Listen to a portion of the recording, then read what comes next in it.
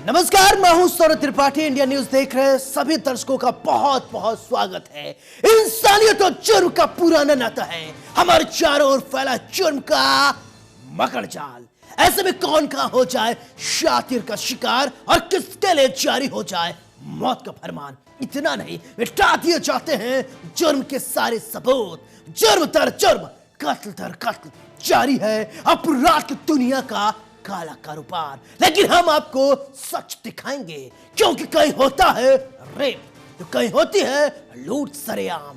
हो सकता है आपके शहर में वो अपराधी बेखौफ घूम रहा हो, इसलिए आपको सावधान करने के लिए हम लेकर आए हैं हर जुर्म की पूरी दास्तान। आपको दिखाएंगे अपराधी का चेहरा खूंखार, जिसने मचा रखा है हाहाकार।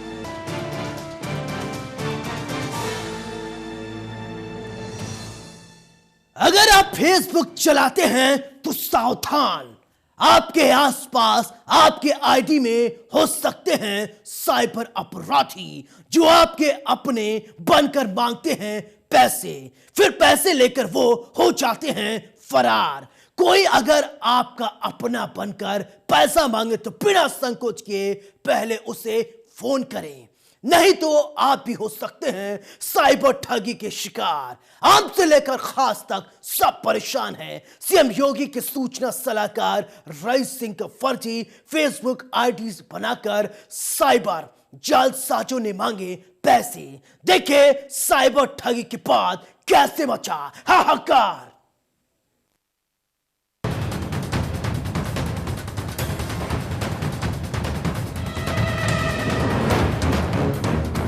प्रदेश में जालसाजों का जाल फैलता ही जा रहा है, जिसकी चपेट में आम से लेकर खास लोग आते जा रहे हैं। जालसाज ठगी के हर रोज नए नए पैतरे इजाद कर रहे हैं, जिसके शिकार बने हैं मुख्यमंत्री के सूचना सलाहकार रईस सिंह, जिनकी फर्जी फेसबुक आईडी साइबर जालसाजों ने बना लिया है।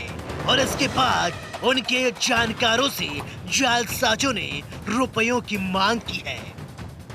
जब इसकी जानकारी सूचना सलाहकार को हुई तो उन्होंने अपने परिचित से मुकदमा दर्ज कराने को कहा। पीड़ित ने गोमती नगर विस्तार थाने में मुकदमा दर्ज कराने के लिए तहरीर दी।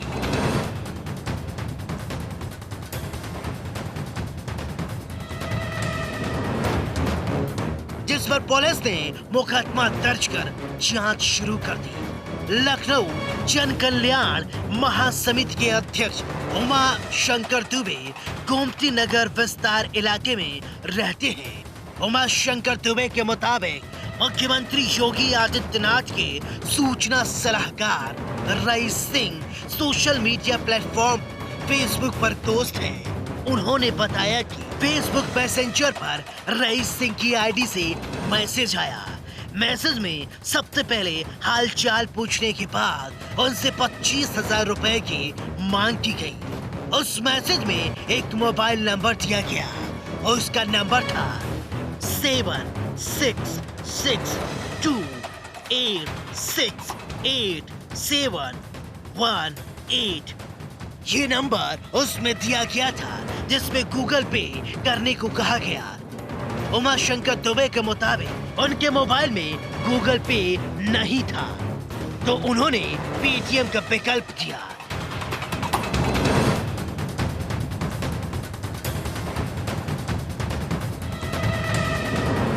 इस पर मैसेज भेजने वाले जालसाज ने पेटीएम का दूसरा नंबर दिया, वो भी आप सुन लीजिए, 9715345495। जो नंबर बदला हुआ था वही किसी कपिल कुमार के नाम से ये नंबर रजिस्टर्ड था। संदेह होने पर उन्होंने इसकी जानकारी मुख्यमंत्री के सूचना सलाहकार रईस सिंह को दी। रईस सिंह ने बताया कि किसी ने उनकी तस्वीर लगाकर फर्जी तरीके से उनके नाम से फेसबुक बनाया है। उन्होंने कोई रुपए की मांग नहीं की है। इसके बाद उमा शंकर दुबे ने गोमती नगर विस्तार थाने में तहरीर दी, जिस पर पुलिस ने मुकदमा दर्ज कर जांच शुरू कर दी।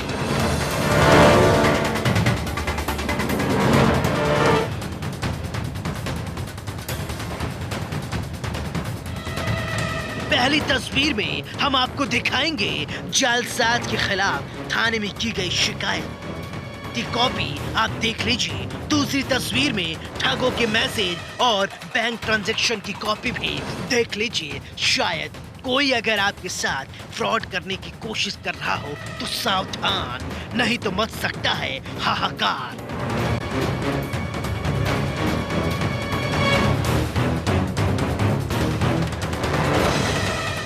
वहीं इस मामले में शिकायतकर्ता उमाशंकर दुबे और डीसीपी पूर्व संजीव सुमन ने क्या कुछ कहा वो हम आपको सुनाते हैं।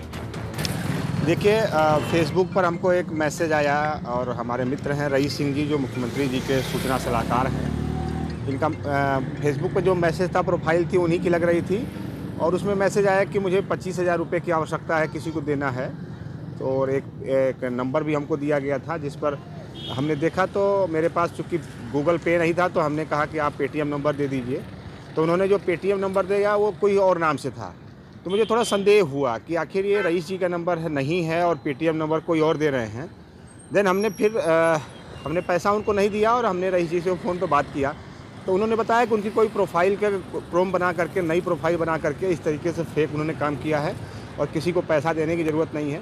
तो कहीं ना कहीं ये पूरा मामला साइबर क्राइम का है और इस तरह के कोई धोखाधड़ी का शिकार ना हो और जो अपराधी हैं उनके खिलाफ कार्रवाई हो, इसको लेकर के हमने गोमती नगर विस्तार के थाने में एक मुकदमा पंजीकृत कराया।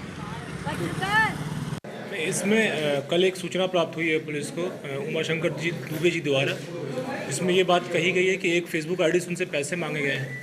वो फेसबुक आईडी को जब पुलिस ने तफ्तीश की है तो वो एक फर्जी फेसबुक आईडी है। इस फेसबुक आईडी संबंध में एक सूचना आरटीआई की का मुकदमा दर्ज किया गया है और जो भी इसमें अग्रिम विधिक कार्रवाई होगी वो की जा रही है।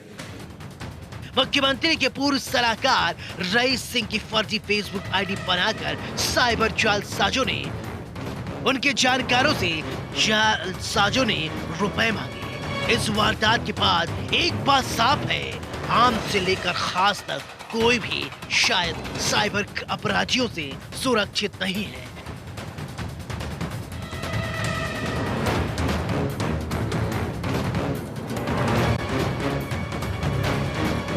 अगर आपके साथ कुछ भी होता है तो उससे पहले आपको सावधान रहने की जरूरत है, क्योंकि आपकी सतर्कता ही आपकी सुरक्षा की गारंटी है।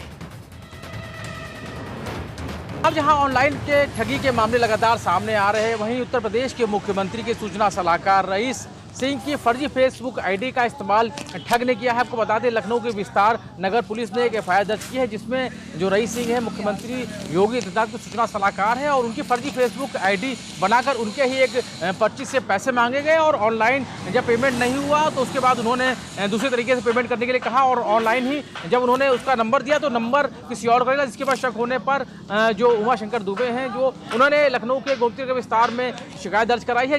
इस मामले की अब पुलिस जांच करें। आप समझ सकते हैं किस तरीके से जो ऑनलाइन ठग हैं, जो फ्रॉड है वो किस तरीके से सक्रिय है और लगातार वो जालसाजी का है वो काम कर रहे हैं। अब ये देखना होगा कि लखनऊ की गोमती नगर विस्तार की जो पुलिस है वो कब इस मामले में खुलासा करती है। Ravi Kumar, India News, Lucknow. UP police बदमाशों के लिए काल बन गई है। पुलिस बदमाशों को उनके बिलों से खोज खोज कर निकाल रही है। लखनऊ के मोहनगंज के व्यापारी सुजीत पांडे पर हत्या करने के बाद बदमाश फरार हो गए थे। तभी से पुलिस लगातार बदमाशों की तलाश कर रही थी। अब पुलिस ने बदमाशों को धर दबोच लिया है क्योंकि वो खुद को बेहद शातिर समझते थे। देखिए इस गिरफ्तारी के बाद बदमाशों में कैसे मचा हाहाकार।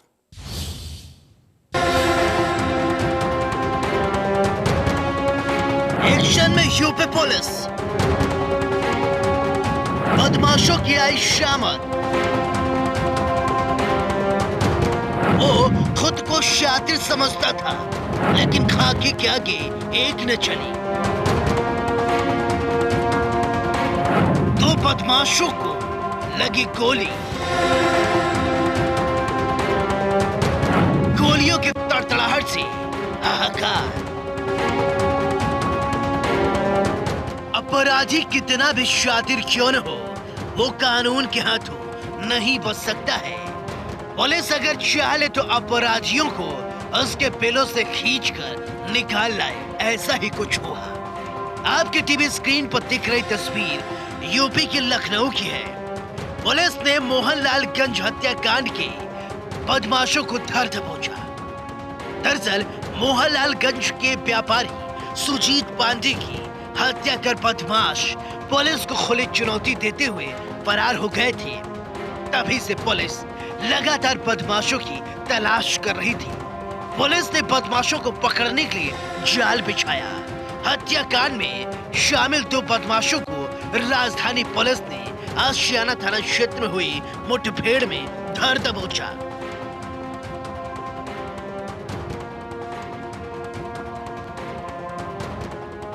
पुलिस के साथ हुई मुठभेड़ में 2 बदमाश जिनका नाम अरुण और मुलायम यादव बताया जा रहा है, वो घायल हो गए।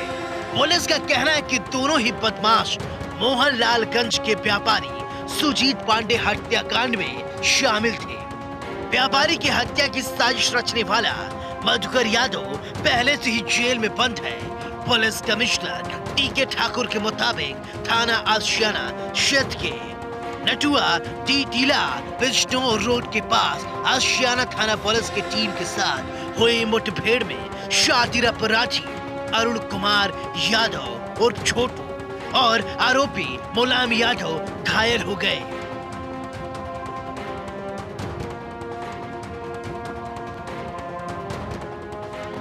दोनों के कब्जे से एक मोटरसाइकिल, अवैध असलहा, अरुण के पास से 315 बोर और मुलायम के पास से 32 बोर का तमंचा और कारतूस बरामद किया गया है। तेल चोरी के मामले में जेल गए मधुकर यादव की साजिश को अंजाम देने के लिए व्यापारी नेता सुजीत पांडे की हत्या की गई थी। मधुकर यादव के तीनों भाई वारदात से 3 दिन पहले गिरफ्तार कर जेल भेजे गए थे। जी हाँ, जैसा कि आप जानते हैं कि 20 तारीख को सुजीत पांडे हत्याकांड हुआ था मोहनलालगंज में। आज शाम को एसीपी कैंट की जो क्राइम टीम है उसको मुखबिर से एक सूचना मिली थी कि जो इनके शूटर्स हैं, जो हत्यारे हैं, वो लखनऊ से भागने की फिराक में हैं।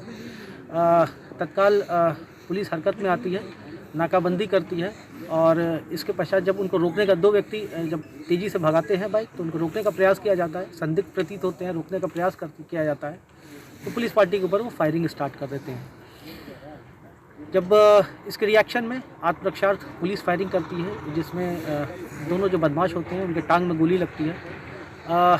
शुरू में जो हमारी जो पूछताछ हुई उसमें पता चला कि एक बदमाश जो आगे गाड़ी चला रहा था उसका नाम अरुण यादव था और जो पीछे बैठा था उसका नाम मुलायम यादव था।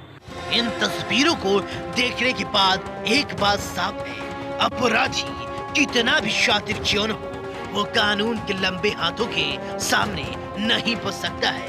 पुलिस ने दोनों अपराधियों को गिरफ्तार कर जेल भेज दिया है। इससे एक बात साफ है, कानून के हाथ बहुत लंबे होते हैं और किसी ने गलत किया तो वो कानून के हाथों नहीं बच सकता है। इंडिया न्यूज के लिए लखनऊ से जय शुक्ला की रिपोर्ट। यूपी के मथुरा में आरएसएस के निर्माणाधीन कार्यालय पर कुछ असामाजिक तत्वों ने जमकर उत्पात मचाया। इस उत्पात में 2 कार्यकर्ता घायल हो गए। आखिर क्यों बढ़ रहा है अपराध? कैसे लगेगा अपराधियों पर लगाम? यह रिपोर्ट देखिए।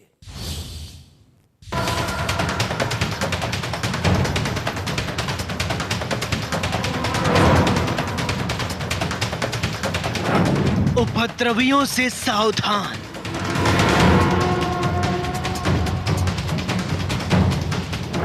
आरएसएस के कार्यालय पर पथराव।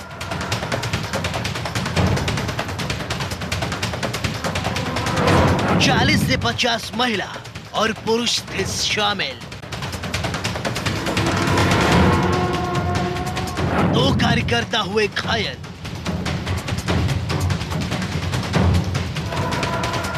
निर्माण कार्य में बाधा क्यों? चोरी के उद्देश्य से आए थे 2-3 लड़के।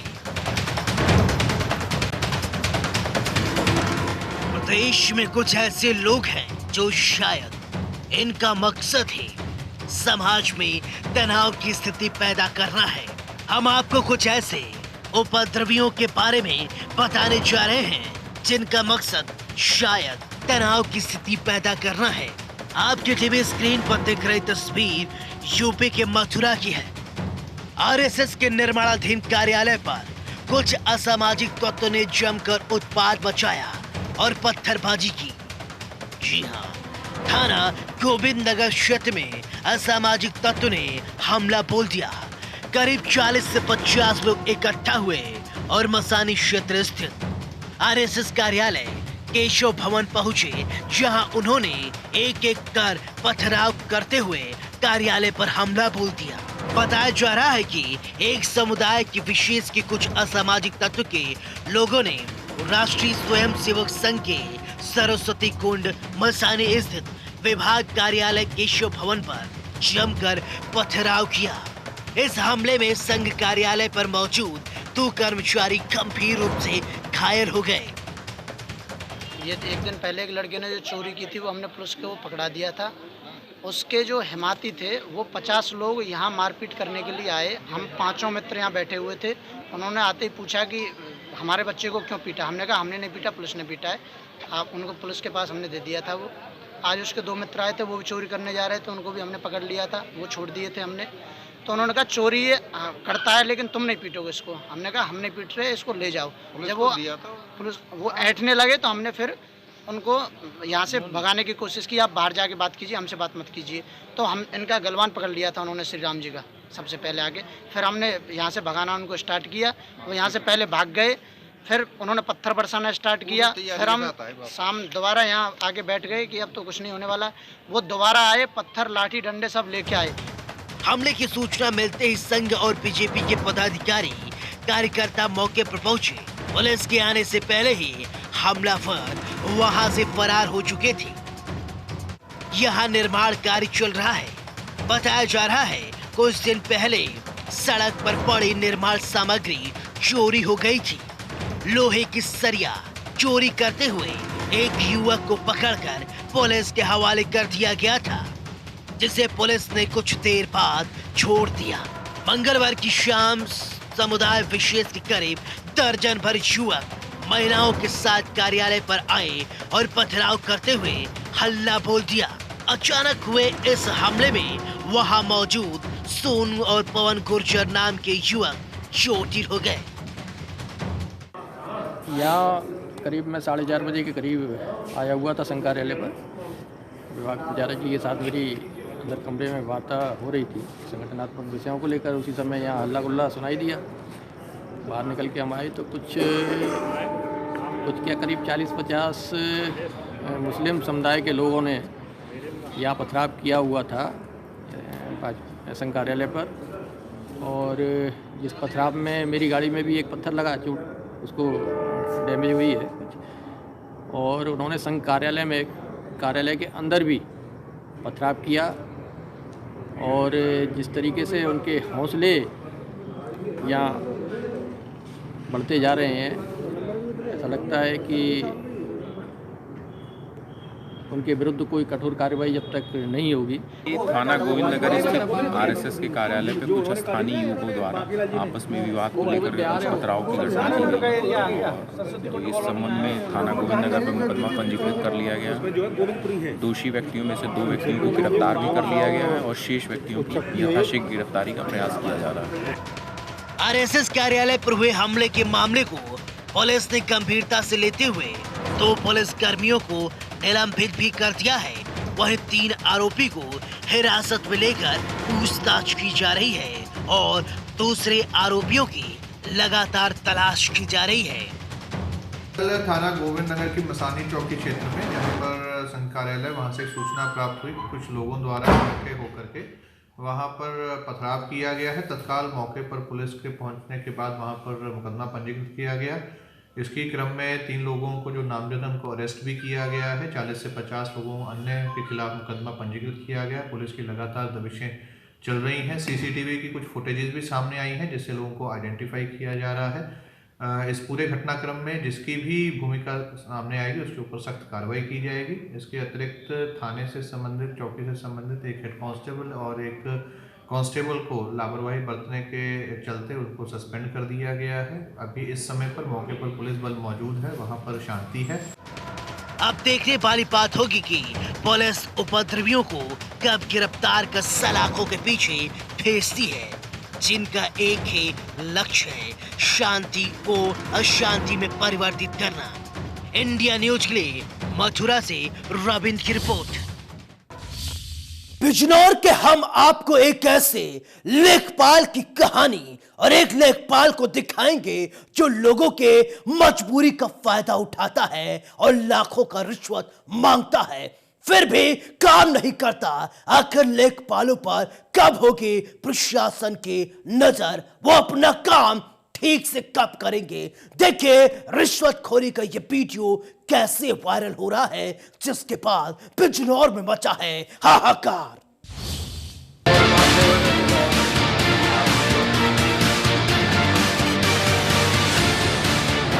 रिश्वतखोर लेखपाल से सावधान। ये लेखपाल रिश्वत लेता है, मजबूरी का फायदा उठाता है लेखपाल। लाखों रुपए की डिमांड, रिश्वत लेने के बाद भी नहीं करता है काम।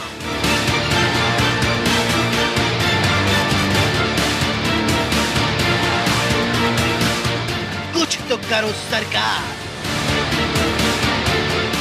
इन तस्वीरों को गौर से देखिए, कैसे ये शख्स आराम से बैठा है। फिर एक बुजुर्ग को देखिए, कैसे वो इसकी मजबूरी का ये लेखपाल फायदा उठा रहा है और पैसे मांग रहा है। आपकी टीवी स्क्रीन पर दिख रहा ये शख्स लेखपाल है, लेकिन इसकी करतूत तो आप देखिए। कैमरे के सामने ये कैसे निडर होकर बैठा है, कैसे ये किसी की मजबूरी का फायदा उठा रहा है। आपकी टीवी स्क्रीन पर दिख रही तस्वीर यूपी के बिजनौर की है। वीडियो में दिख रहा शख्स नाम है हरिश्चंद्र और काम तो देखिए रिश्वतखोर का। दरअसल नसीबाबाद तहसील के लेखपाल हरिश्चंद्र का रिश्वत लेने का वीडियो वायरल हो रहा है, जिसमें एक किसान से लाखों रुपए की डिमांड कर रहा है। और वीडियो में आप साफ तौर पर देख सकते हैं कैसे ये नोटों का बंडल लिए बैठा है। पटवारी रिश्वत को ऊपर के अधिकारी को भी रिश्वत देने की बात कह रहा है। दरअसल इकबाल अहमद नाम का एक किसान पिछले 3 महीने से लेखपाल के चक्कर काट रहा था, जिससे पीड़ित किसान अपने खेतों की पैमाइश कराने के लिए और अपने जमीन का दाखिल खारिज की बात कह रहा था। लेखपाल हरिश्चंद्र ने पीड़ित किसान से 2 लाख रुपए की रिश्वत की मांग की और किसान का काम भी नहीं किया और न ही रिश्वत वापस किया। किसान ने आरोपी लेखपाल को रिश्वत देते हुए वीडियो बनाया और उसको सोशल मीडिया पर वायरल कर दिया। वीडियो में वायरल होते शख्स को एक बार आप फिर से देख लीजिए। और वीडियो वायरल होने के बाद एसडीएम ने लेखपाल को सस्पेंड कर दिया।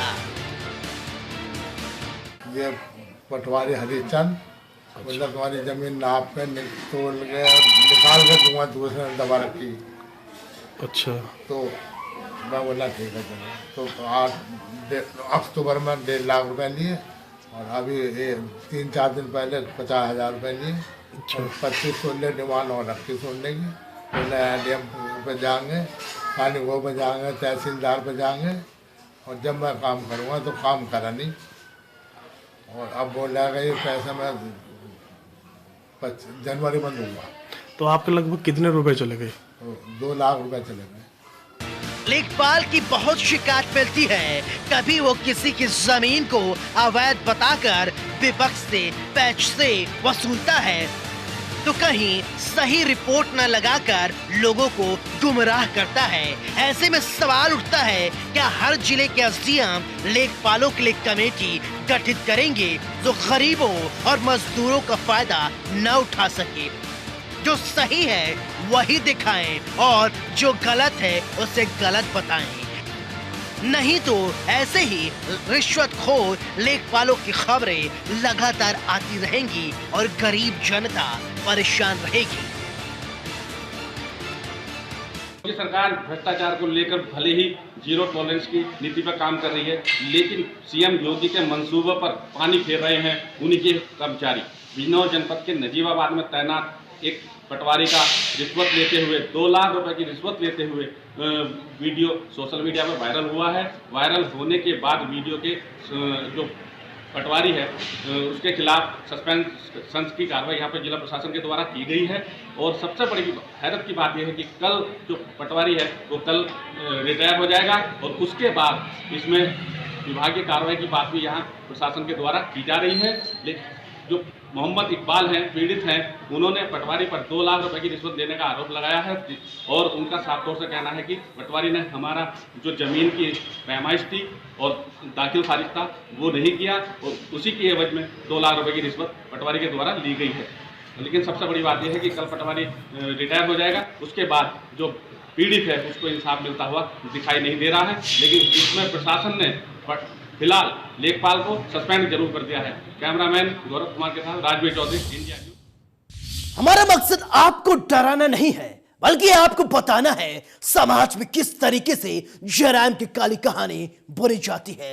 कल फिर मिलेंगे कुछ और काली कहानियों के साथ। तब तक दीजिए अपने दोस्त सौरभ त्रिपाठी को इजाजत। लेकिन चलते चलते दोस्तों एक गुजारिश, सावधान रहें, सुरक्षित रहें और अपना ख्याल रखें। नमस्कार।